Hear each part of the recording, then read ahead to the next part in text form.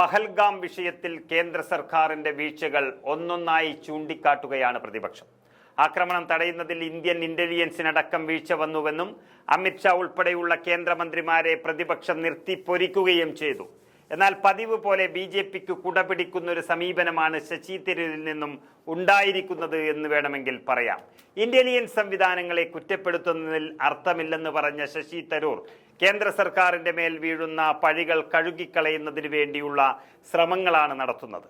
പ്രതിപക്ഷത്തിന്റെ ആരോപണങ്ങൾക്ക് മറുപടി പറയാനാകാതെ ബി.ജെ.പി ഓടിയൊളിക്കുമ്പോൾ ബി.ജെ.പിക്ക് വേണ്ടി പ്രതിരോധം തീർക്കുകയാണോ ശശി തരൂർ എം.പി ചെയ്യുന്നതെന്നൊരു ചോദ്യവും അന്തരീക്ഷത്തിൽ ഉയരുന്നു. കോൺഗ്രസ് ശക്തമായി ശശി തരൂരിനെ വിമർശിക്കുന്നുണ്ട്. Pakistan People's Party chairperson Bilawal ഭൂട്ടോയുടെ ഭീഷണി പ്രസ്താവനയിൽ ശശി തരൂർ നടത്തിയ പ്രതികരണത്തിനാണ് സ്വന്തം പാർട്ടിയിൽ നിന്ന് വിമർശനം ഉയർന്നിരിക്കുന്നത്. തരൂർ കോൺഗ്രസ് പാർട്ടിയിലാണോ അതോ ബി.ജെ.പിയിലാണോ എന്ന് സംശയം പോലും കോൺഗ്രസ് നേതാവ് ഉദിത് രാജ് ഉന്നയിക്കുന്നുണ്ട്. ഒരു സൂപ്പർ ബി.ജെ.പിക്കാരനാകാൻ ശ്രമിക്കുകയാണോ എന്നും കോൺഗ്രസ് ചോദിക്കുന്നു. ബി.ജെ.പി തരൂരിനെ അവരുടെ വക്താവായി നിയമിച്ചിട്ടുണ്ടോ എന്ന് ചോദിച്ച ഉദിത്ത് എപ്പോഴാണ് സർക്കാർ പാക് അധീന കാശ്മീർ പിടിച്ചെടുക്കുന്നതെന്ന് തരൂർ ബി.ജെ.പിയോട് ചോദിക്കണമെന്നും ആവശ്യപ്പെടുന്നു.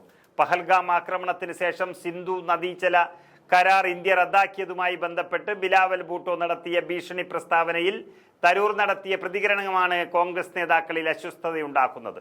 സിന്ധു നദിയിലെ ജലം ഒഴുകിയില്ല എങ്കിൽ ഇന്ത്യയുടെ രക്തം ചീന്തുമെന്ന് ഭൂട്ടോ ഭീഷണിപ്പെടുത്തിയിരുന്നു. ബിലാവൽ ഭൂട്ടോയുടെ പ്രസ്താവന വെറും വാക്പയറ്റ് മാത്രമാണെന്നായിരുന്നു തരൂറിന്റെ പ്രതികരണം.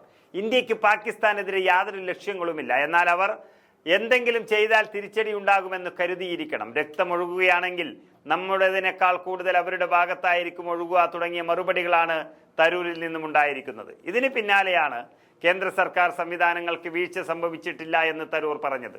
പഹൽഗാം ഭീകരാക്രമണത്തിൽ ഇന്ത്യൻ രഹസ്യാന്വേഷണ ഏജൻസിക്ക് വീഴ്ച സംഭവിച്ചിട്ടുണ്ടെന്നും എന്നാൽ അക്കാര്യത്തിലല്ല ഇപ്പോൾ ശ്രദ്ധ കേന്ദ്രീകരിക്കുന്നത് എന്നുമായിരുന്നു തരൂറിന്റെ പക്ഷം. വീഴ്ചകളില്ലാത്ത ഇന്റലിജൻസ് സംവിധാനം എന്നൊന്നില്ല. നിലവിലെ പ്രതിസന്ധി മറികടക്കുകയാണ് ഇപ്പോൾ ലക്ഷ്യമിടേണ്ടതെന്നും തരൂർ വ്യക്തമാക്കുന്നു. വിജയകരമായി ഇല്ലാതാക്കിയ ഭീകരാക്രമണങ്ങളെക്കുറിച്ച് നമ്മൾ അറിയുന്നില്ല.